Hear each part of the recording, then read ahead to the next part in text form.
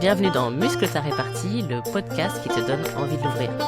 Je suis Michel Ruffo et pour cet épisode, j'ai le plaisir de recevoir Caroline Saphir. Bonjour Caroline. Bonjour Michel. Caroline, tu es créatrice de contenu sur le cinéma et l'engagement et tu es nommée récemment à la direction de la programmation, de la communication et des partenariats de la Cité du cinéma à Saint-Denis. On peut te retrouver sur YouTube, sur ta chaîne Saphirama et sur LinkedIn. J'ai voulu t'inviter car tu fais partie justement sur LinkedIn des personnes qui donnent les répliques les plus fun et créatives dans les battles réparties que j'organise le vendredi. J'ai également voulu t'inviter car tu es experte du cinéma et c'est un milieu dont on parle beaucoup actuellement en lien avec des violences sexistes et sexuelles. Alors, Caroline, est-ce que tu pourrais me dire quelle est la pire situation que tu as vécue au boulot? On ne sait que choisir pour commencer avec une côte cinématographique que la culture populaire connaît bien. Écoute, il y en a plusieurs. Alors, la pire et celle que je cite la plus fréquemment, c'est que par deux fois, j'ai une responsable à mes débuts qui m'a envoyé remettre intentionnellement un pli euh, en main propre à Harvey Weinstein. Donc voilà. À l'époque, j'avais 25 ans. Et je me souviens très bien que enfin, la dynamique de ce monsieur était connue, je pense, dans le milieu depuis des années.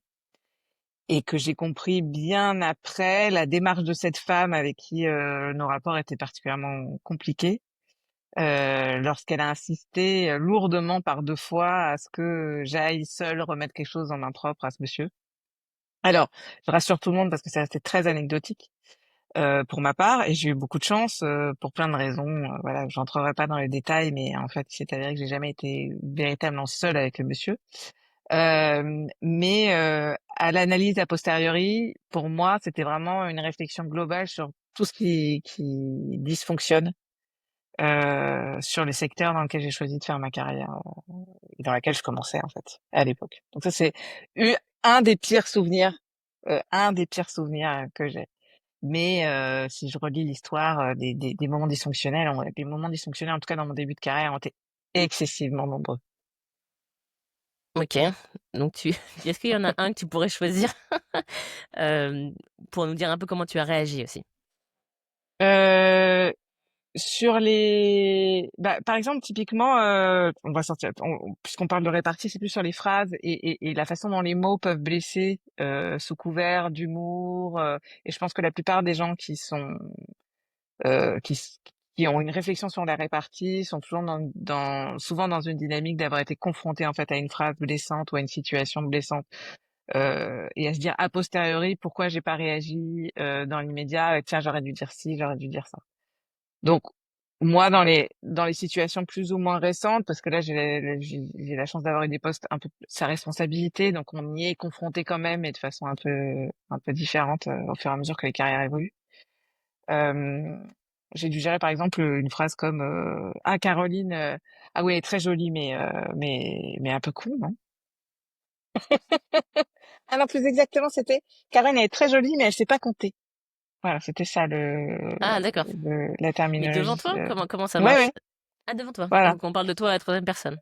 Et en fait, c'est extrêmement déstabilisant parce que je pense que ça, c'est quelque chose auquel les femmes sont très souvent amenées. C'est-à-dire qu'en fait, à travers la considération de ton physique, on émet un avis sur ce que tu peux produire professionnellement, qui déjà est un peu, tu vois, étonnant quand t'es pas une grande sportive ou une top modèle. Globalement, ça a peu d'intérêt dans le discours. Et ça paraît tellement irréel que sur le moment, ça te coupe un peu les jambes. Même pour quelqu'un qui a un peu de répartie, tu dis, mais attends, en fait, est-ce que et sous couvert d'un compliment, en plus, Hmm. euh, tu fais face à une situation extrêmement dévalorisante et condescendante et tout ce que tu veux. J'ai pas réagi sur le moment avec une répartie flash quand j'ai entendu cette phrase-là.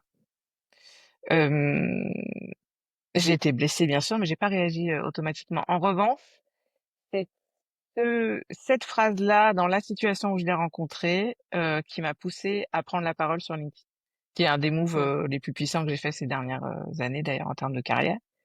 parce que je me suis dit que j'avais envie de reprendre la main sur mon propre storytelling et que j'avais pas envie que les gens puissent se faire une idée sur la base simplement de ce qui transparaît de moi là de prime abord, quoi.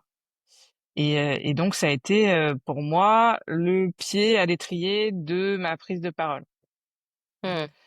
Mais je veux déculpabiliser un peu les gens parce que je pense être quelqu'un qui a plutôt de la répartie et dans l'absolu et de l'humour, etc. Et puis donc je sais réagir dans l'absolu en général face à certaines situations. Mais là, j'ai pas réagi dans l'immédiat et pour autant, ça a été un pied à l'étrier vers quelque chose de vachement structurant pour moi et pour ma carrière après. Tu OK. Au final, c'est positif. C'est pas le vois. truc qui t'a fait ruminer, pendant des jours en Bah si, la preuve en est parce que je t'en parle là alors que c'était il y a 3 ans et que et que j'en ai fait un, voire deux, voire trois posts, tu vois. Et que je l'ai ruminé et qu'encore aujourd'hui c'est un truc où quand je repense à la situation, je me dis attends, c'est pas possible de dire une phrase pareille à quelqu'un. mmh, Mais le fait de pouvoir s'exprimer, de prendre la parole par d'autres biais, c'est quand même quelque chose de, tu vois, qui soulage un peu cette typologie de frustration. OK. Est-ce que tu penses à d'autres situations, vu que j'ai compris qu'il y avait un panel assez large, à d'autres situations où là, pour le coup, tu as pu réagir et dire quelque chose, à la personne? Ouais, alors il y a des situations qui sont marrantes. Alors les femmes qui dirigent des structures ou des services, etc., sont probablement confrontées à ces situations-là. Moi, ça m'est arrivé très très souvent que dans une réunion, alors que je suis la décisionnaire, c'est moi qui, tu vois, qui prend la décision au final. Euh, les hommes s'adressent aux hommes dans la pièce plutôt qu'à moi, tu vois, dans ces situations-là de réunion. Je Où vois t'as un bien. prestataire qui vient. Par exemple, j'ai géré un lieu pendant 8 ans, donc j'avais des prestataires techniques. Donc généralement c'était des boîtes où il y a une majorité d'hommes qui viennent puis qui commencent à parler strictement à l'homme qui est à côté de toi. Je me souviens d'une fois typiquement où c'était en fait j'étais venue avec un stagiaire, donc un jeune homme qui était là qui me suivait sur c'est quoi la gestion d'un lieu. Donc moi je suis décisionnaire, etc. Et la structure est dirigée par un homme et qui s'adresse strictement aux jeunes qui est à côté de moi en fait. Mmh. Et et et donc je me souviens que j'avais sorti le chéquier parce qu'on était dans mon bureau, j'avais sorti le chéquier d'Avoine, en fait, et je l'avais balayé devant lui, je dis, en fait, je vous rappelle juste un truc, c'est que c'est moi qui signe à la fin. Donc, si vous pouviez m'expliquer à moi plutôt qu'à monsieur, on ira plus vite, hein, parce que sinon, là, vous risquez de perdre du temps, finalement. Et, C'est un bon et argument. avec, ouais, faut en venir aux fondamentaux, hein, mais, Tu aurais une autre anecdote à nous partager où tu as réagi de manière, dont tu es fière? je me souviens, non, ah bah, en fait, je pense qu'il faut s'affranchir de la peur, mais c'est pas tant une question d'immédiateté ou de la punchline qui se travaille au fur et à mesure, mais euh, de plus être dans la contrainte de la non-réaction. Tu sais. C'est quand même un réflexe premier, surtout dans les grandes cités, etc. T'as la peur qui te maintient dans une forme de silence ou de sidération, pardon, qui fait que t'es pas capable de réagir. Et je me souviens d'une fois, j'étais à vélo avec ma fille dans les rues de Paris.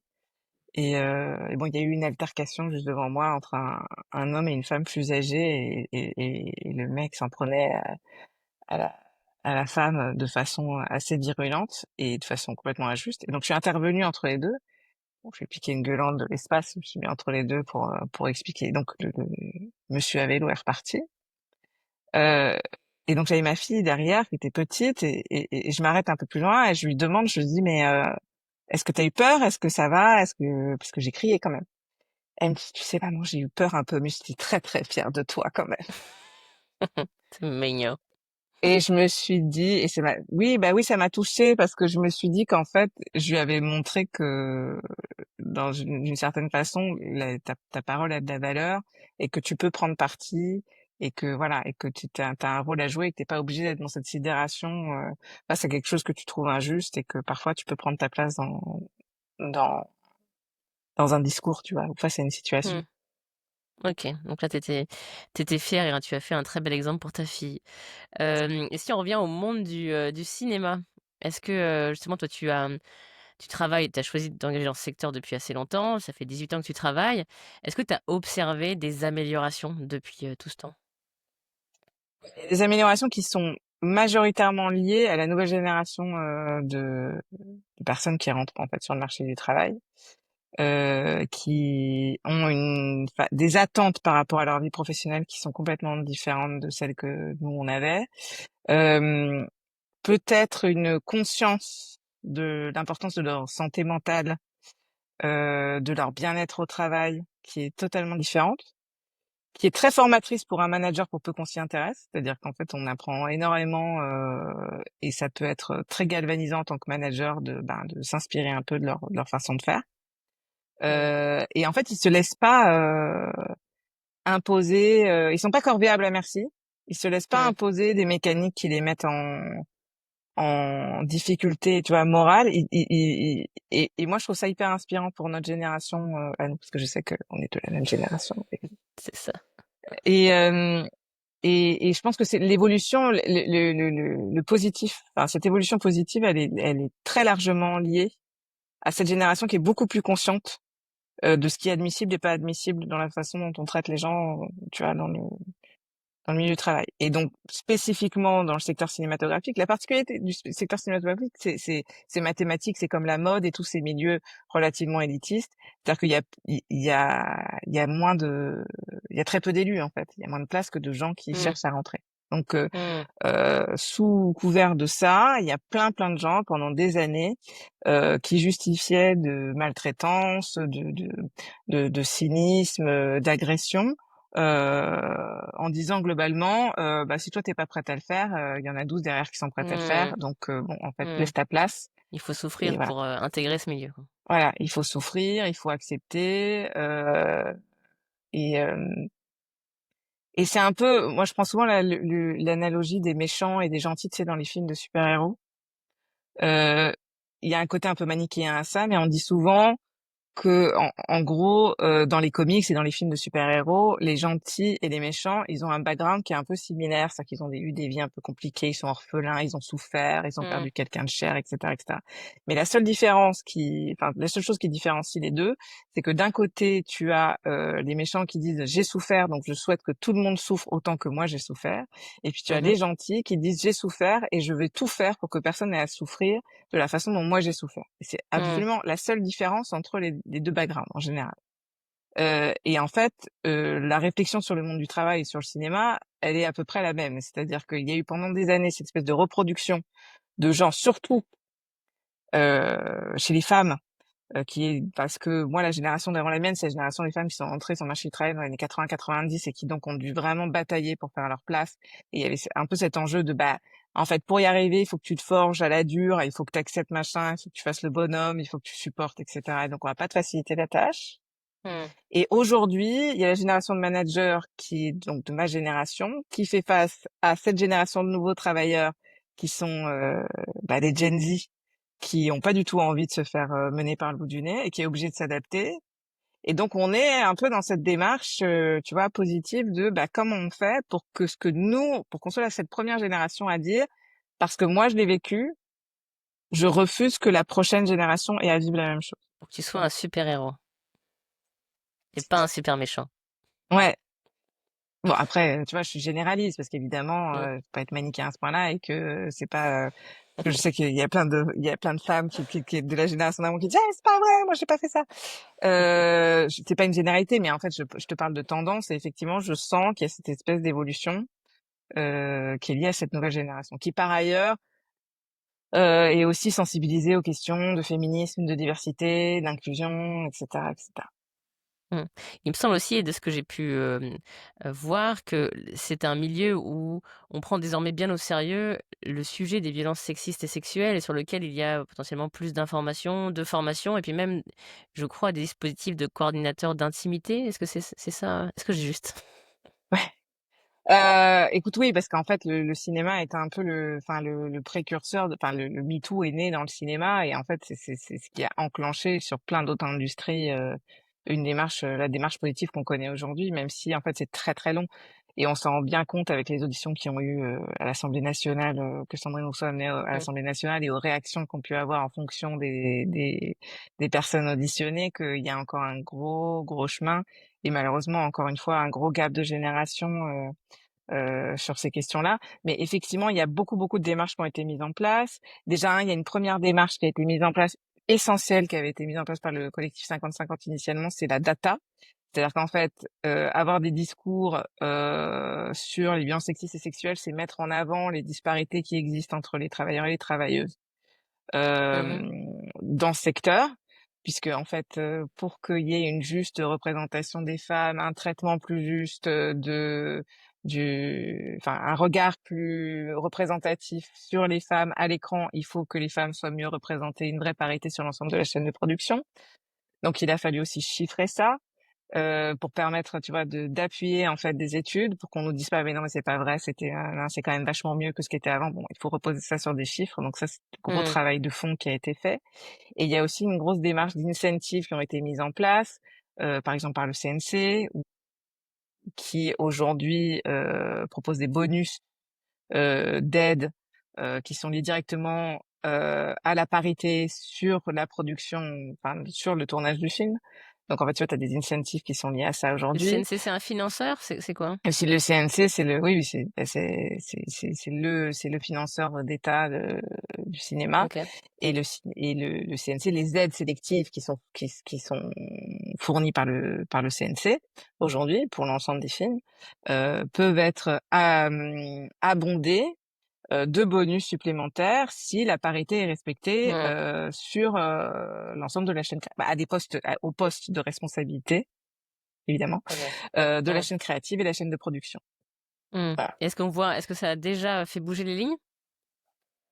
Ça a fait bouger les lignes parce que tu vois, par exemple, aujourd'hui, tu peux voir qu'il y a enfin, il y a un certain nombre de réalisatrices qui ont été nommées dans des festivals de premier plan qui ont eu des grands prix dans des festivals de premier plan. Et donc, on est capable de citer aujourd'hui beaucoup plus de réalisatrices qu'on ne pu le faire par le passé. C'est pas encore le cas sur tous les postes clés. Par exemple, je sais que euh, euh, les chefs opératrices sont encore très très minoritaires par rapport aux chefs Mmh. opérateurs en France notamment. Mais bon, il y a quand même, aujourd'hui, tu es capable de dire que Justine Triet ou Audrey Diwan, je parle juste des Françaises là ici, ou Greta Gerwig, ont eu voilà un certain nombre de prix, ou Greta Gerwig était quand même la réalisatrice la plus bankable de l'an dernier. Donc bon voilà, il y a quand même, il y a en tout cas des figures de proue qui permettent aujourd'hui de se dire qu'on a quand même avancé. En revanche, il y a toujours des chiffres euh, qui sont qui sont, comment dire, qui montrent que le travail est pas terminé. Le premier chiffre qui est intéressant, c'est de se dire que, en moyenne, les réalisatrices, elles ont 21% de moins de financement sur leurs films que les réalisateurs en France. Mmh. Enfin, les budgets sont 21% inférieurs pour une réalisatrice que pour un réalisateur, en moyenne. Euh, et un autre exemple, c'est que sur l'an dernier, par exemple, les trois films qui ont coûté le plus cher à produire, qui sont L'amour ouf, Le Comte de Monte-Cristo et puis un biopic, un énième biopic sur De Gaulle, qui ont dépassé les 35 millions, ont tous été réalisés par des hommes et produits Mmh. à 90% par des hommes. Alors, les sujets d'argent et de financement, les femmes, elles sont finalement moins représentés. Et l'autre pan qui est aussi intéressant de d'évoquer, c'est toute la partie de la représentation, c'est que les femmes, par définition, représentent 50% de la population, mais elles ne représentent encore aujourd'hui que 30% des personnages à l'écran en France Mmh. et encore moins aux États-Unis, et que plus on avance en âge, Mmh. plus les femmes, par exemple, de plus de 50 ans ne sont absolument pas représentées à l'écran. Et si on parle de la diversité, une femme noire, une femme hispanique, etc., sur les films hollywoodiens sont vraiment très, très, très franchement sous-représentées. Donc, il y a encore beaucoup de travail à faire pour que la parité soit vraiment atteinte, que ce soit chez nous en national, mais même au niveau global sur les productions mainstream. Donc, il y a encore beaucoup, beaucoup, beaucoup de boulot. Mais ça a évolué. Positivement, on peut Oui, c'est reconnaître que ça a ça, évolué. Mais j'ai du on mal va avec rester le ça a positif. évolué, tu sais, qui a un peu le fer de lance des gens qui m'écrivent, moi, par exemple, sur les réseaux en me disant, ah, vous feriez mieux de vous préoccuper de sujets de fond plutôt que de parler de la représentation à l'écran. Est-ce que c'est vraiment un Ouais, sujet aussi important je que pense que ça, je l'ai vu. etc. Ouais, tu vois, et qui te disent, parce que les gens qui savent mieux que toi ce qui est Mmh. important, tu vois, c'est que de Mmh. choisir tes combats plutôt que Mmh. toi-même, et qui se cachent derrière le non mais c'est bon, c'est plus un sujet maintenant. Ah si, c'est toujours un sujet en fait, et ça a Mmh. toujours un impact. C'est Voilà. ça, exactement. Très important de le dire. Et tu m'as parlé de la data sur les hommes et les femmes dans le cinéma, et à la fin, tu m'as parlé un petit peu des diversités. Est-ce qu'il y a aussi des incitations, des bonus financiers si on intègre des personnes issues de la diversité? Pour le moment, non. Pour le moment, non. La question des quotas, etc., c'est quand même un dossier qui est extrêmement complexe. Donc pour le moment, non. Je sais qu'il y a en revanche des bonus qui sont liés à l'écologie sur les plateaux, par exemple, qui est aussi un gros sujet de RSE qui Ok. est important. Mhm. Donc comment on recycle, comment on minimise l'impact carbone d'un film. Faut savoir que le cinéma est voilà, une des industries qui est quand même très dépensière en termes d'énergie. Donc là, je sais que c'est un autre incentive qui existe, mais pour le moment, sur les autres Mhm. dynamiques, non. Donc même sur les Ok. questions de handicap Mhm. aussi, et euh, et sur les questions de diversité et sur les questions de représentation LGBTQ, enfin toutes les formes de diversité. Mhm. Ok. Donc quand on a préparé, tu m'as dit que le cinéma t'inspirait beaucoup, pour avoir des punchlines, des manières de répondre.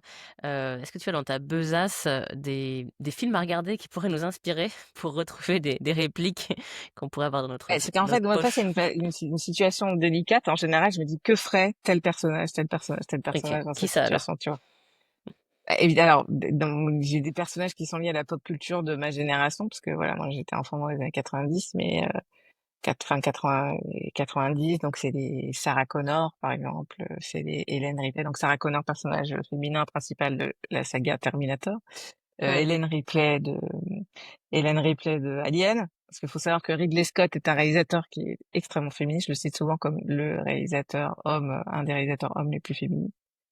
Et donc il y a des punchlines de Sarah Connor qui sont très très très voilà Et alors lesquels? et- Parce que c'est vrai que moi je ne connais que Terminator qui dit Sarah Connor. elle dit en anglais "There's no fate but what we do with it". Je sais plus si je la cite exactement, mais en gros il y a pas de il y a pas de destin à part ce que tu en fais toi-même. Et par exemple, c'est ce genre de punchline qui motive. C'est des trucs un peu. Bon. Après, il y a évidemment des films qui sont des montagnes de punchline. Les Rocky, tu vois, tous les Rocky sont des voilà, les Rocky, les Star Wars. Enfin, toute la pop culture regorge en fait de punchline. Et si tu creuses un peu plus en amont, bah, évidemment tous les films d'Audiard. Enfin, Michel Audiard est l'un des plus grands dialoguistes qu'il y ait jamais eu en France et que donc il peut te sortir. Enfin, chaque phrase des tontons flingueurs, c'est une punchline, tu vois, à part entière. Et donc après, moi, je pense souvent en personnage, en film, en période face à une situation. Souvent, c'est des punchlines qui me viennent parce que voilà, ou face à une situation, quelqu'un, souvent comme mes amis viennent me voir en me disant qu'elles sont tristes ou qu'elles sont dans une situation compliquée. J'ai toujours des références cinéma parce que moi, c'est mon univers. Donc, en fait, ça vient me nourrir comme ça très, très souvent. Après, il y a un certain nombre de films comiques qui ont bercé Mmh. toute une génération. J'ai fait un post sur Le Grand Détournement récemment, qui est un film qui a vraiment une communauté. Il y a des films qui ont vraiment créé des communautés autour d'eux. Et Le Grand Détournement est un film dont les fans, dont je fais partie, sont capables de te sortir chacune des phrases comme une punchline, parce qu'en fait c'est que des phrases qui n'ont aucun sens, mais qui peuvent être des super bonnes punchlines dans la vie. Donc moi je les sors très souvent, mais ça marche aussi avec La Cité de la Peur, ça marche aussi avec Les Visiteurs, ça marche aussi, tu vois, les comédies ont ce truc. Et on en parlait. J'ai commencé, je crois, l'interview avec une citation du Père Noël est une ordure, donc Full le Splendide, ça marche aussi très très bien, qui donne, qui permettent d'alléger aussi tu vois, les punchlines et revenir sur de l'humour. Moi, Mmh. ce que je retiens surtout comme aide dans face à la répartie, et je sais qu'on en avait parlé par le passé, c'est que dans une situation d'agression verbale, surtout sur le lieu de travail, ce que je remarque souvent, c'est que il y a un manque enfin, les attaques sont souvent assez floues. C'est-à-dire que t'es jamais sûr, et Mmh. les femmes doutent souvent aussi face à une agression que c'est le cas. C'est pas de la sidération, mais t'es jamais sûr que t'as Mmh. vraiment bien compris ce que la personne en face de toi, tu vois. Faut pas Il y a toujours une surréagir non ambiguïté. plus si ouais, c'est ça, Voilà. OK. Mmh. Il y a une ambiguïté. Et comme nous, en tant que femmes, on nous attaque souvent sur notre réaction émotionnelle face à une Mmh. situation, je dis ouais, comme tu dis, j'ai pas envie de surréagir, j'ai pas envie d'être l'hystéro de service, j'ai pas envie, etc. Mais en face de toi, t'as quand même quelque chose où tu dis, je suis pas sûre de moi là, mais c'était quand même étrange. Et donc le conseil que je donne en général à toutes les personnes qui se retrouvent, qui ont envie de faire preuve d'une répartie un peu plus fluide sur leur lieu de travail, c'est de toujours commencer par clarifier en fait le Mmh. moment d'échange qui a eu lieu juste avant. C'est-à-dire, attends, tu m'as dit, quand tu me dis ça, ce que tu veux dire c'est ça? Quand tu me Ou dis que je sais là pas tu faisais une, compter. ouais. Quand tu me dis que je sais pas compter, non mais tu vois ce que je veux dire? Sans, et après, parce que l'idée c'est de se mettre sur un pied d'égalité dans la répartie. Mmh. C'est-à-dire qu'en fait, il y a quelqu'un en face de toi qui essaie de prendre l'ascendant, Mmh. qui essaie de prendre le pouvoir, ou qui essaie de montrer qu'il a l'ascendant, qu'il ou elle a Qu'il est supérieur, l'ascendant ouais. sur toi. Mmh. Mmh. Et pour pouvoir avoir une répartie, il faut se remettre au même niveau. Mais si t'as pas le même Mmh. niveau d'information sur ce qui est en train de se jouer, tu peux Mmh. pas être au même niveau. Mmh. Mmh. Donc la base, c'est quand même de clarifier de quoi on est en train de parler. Mmh. Et après, les punchlines, là, on peut y aller, tu vois, Et après, le dans Père pas mal Noël de est une choses. ordure. OK. Voilà, c'est ça, T'as des c'est ça. citations qui te reviennent ou t'as balancé une citation de film en réaction? Euh, non, mais alors, le grand détournement, je le sors tout le temps parce que ça marche très très bien. Mais tu vois, les mondes de merde bon, bah, lui, il va me prendre la tête. Ça, en fait, c'est pour les puristes, c'est vraiment des quotes qui fonctionnent très très bien. Il y a des citations de western aussi euh, qui sont assez fortes. Moi, il y en a une du Bon de la Brute et Truand qui dit When you gotta shoot, shoot, don't talk.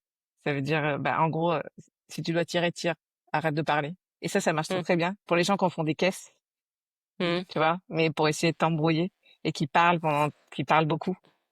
Et celle-là, je l'aime bien. Celle-là, je l'ai utilisée à plusieurs reprises et majoritairement sur des hommes parce que c'est une référence. Le western est quelque chose de Très viril. très viril. Ce qui est faux en fait, parce qu'en fait, Mmh. il y a une appropriation récente du western par les femmes qui est très très intéressante. J'avais fait un post là-dessus d'ailleurs. Mais c'est marrant d'aller jouer sur des codes très virils comme le western pour aller chercher genre bon alors, il faut être franc parce que même dans le cinéma la plupart des gens ont pas toutes les côtes hein. Moi la première il y en a plein qui me manquent tu vois. Mmh. Mais Et donc là, quand la personne parle trop, elle parle trop sur toi en te critiquant hum, ou c'est qu'elle raconte sa oui life? C'est non quel mais temps? c'est souvent en fait tu vois c'est quand il y a la dynamique de groupe et donc t'as Mmh. quelqu'un qui essaye de d'avoir l'ascendant et qui du coup en fait des caisses et parle et fait de l'esbrouf devant tout le monde et Mmh. le bon la brute et le truand c'est pas mal. Celle-là elle est assez chic j'aime OK, bien. on la garde pour plus tard, hein, ça peut Ouais resservir, ça peut ouais. ça peut marcher. Top, super. Est-ce que, en dehors des films, tu as des personnes qui t'inspirent, dans la répartie?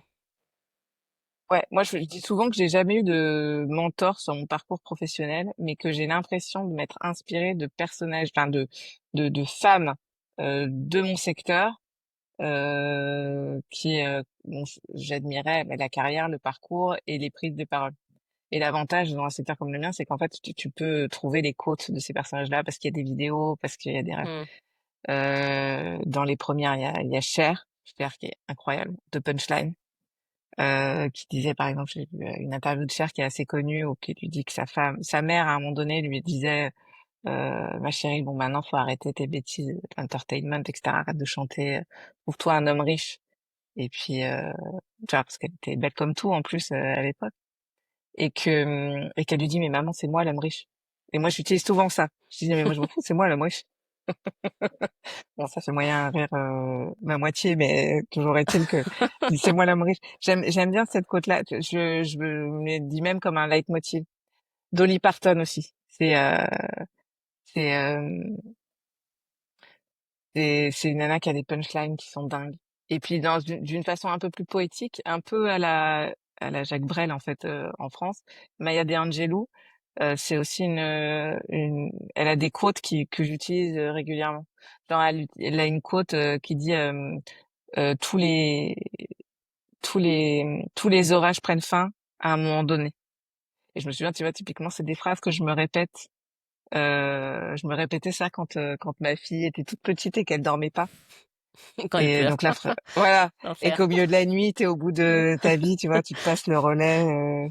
Et la phrase c'est Every storm comes out of rain eventually. Et dans ma tête, je l'avais la petite dans les bras. Je me disais, ça c'est une quote qui m'a vachement Qui accompagnée, t'a tu vois. aidé à passer des nuits, Ouais, c'est ça? ouais, ouais, ouais. C'est dommage, Et ça en aurait pu fait, me servir.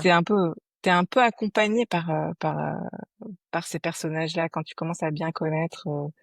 Et tu te reconnais dans des dynamiques, tu te dis, ah, c'est ce jeu où on te dit qui t'inviterait à dîner, si tu pouvais inviter faire un dîner avec, Mmh. moi, je les ai déjà toutes mes copines, tu vois.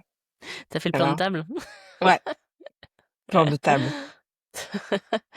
Excellent, top. Donc ça nous fait beaucoup, beaucoup de ressources à aller chercher et puis pas mal de punchlines super sympas. Est-ce qu'avant de terminer, Caroline, tu aurais quelques derniers conseils, un mot de la fin pour nos auditrices et auditeurs? Bah, le conseil que j'ai donné tout à l'heure, je pense que moi, ça a été un vrai game changer, la clarification. Mais c'est surtout de se légitimer à la parole, en fait. C'est juste de se rappeler que il n'y a pas on n'est pas dans un débat politique et que, en fait, il te reste pas les miettes quand tu es en face de quelqu'un qui a pris tout l'espace. Chacun a sa façon de pouvoir reprendre sa place dans le dialogue. C'est pas une injonction à oser que je donne, c'est une légitimation aux gens qui auraient envie de le faire. Faut juste trouver sa propre façon de le faire. Et sa propre façon de le faire, c'est pas forcément quelque chose qui prend énormément d'espace quand on est quelqu'un d'introverti, pardon, pas introverti. Mais c'est une autre façon de faire. Je parlais tout à l'heure de la prise de parole sur LinkedIn. Moi, la prise de parole sur LinkedIn m'a donné beaucoup de puissance de frappe et beaucoup d'assises dans ma façon d'adresser aujourd'hui les agressions, en fait. Par exemple, les agressions en ligne, mais pas que. Et j'ai trouvé à travers l'écriture et cette prise de parole, ma façon de rebondir face à une agression. Alors parfois, il y a ce décalage de temps. Mmh. Mais il y a souvent dans mes petits posts, il y a des petits tacles à des gens qui m'ont agressé d'une manière ou d'une autre. Je sais pas s'ils le voient. Ah, le plus la communauté grossit, plus il y a de chances qu'ils le voient. Je sais qu'il y en a certaines qui ont été vues.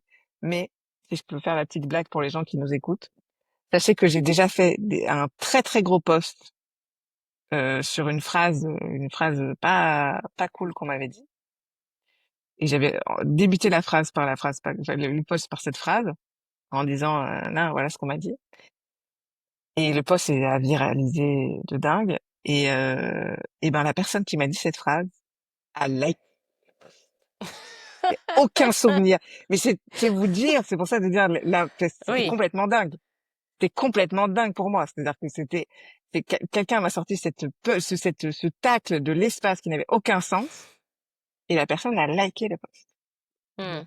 Mais c'est aussi alors peut-être une interprétation que je vois, c'est que parfois, nous, on peut être touché par une microagression, par quelque chose qu'on nous dit, on rumine, on le garde, ça nous marque longtemps et l'autre personne est passée à autre chose au bout de 2 secondes, quoi et a déjà potentiellement oublié ce truc parce que c'était un non-sujet dans sa journée et effectivement, quelques jours plus tard, elle s'en rappellera même pas, de ce qu'elle nous a dit, quoi. Donc c'est peut-être une explication possible, mais la même chose m'est déjà arrivée aussi sur LinkedIn de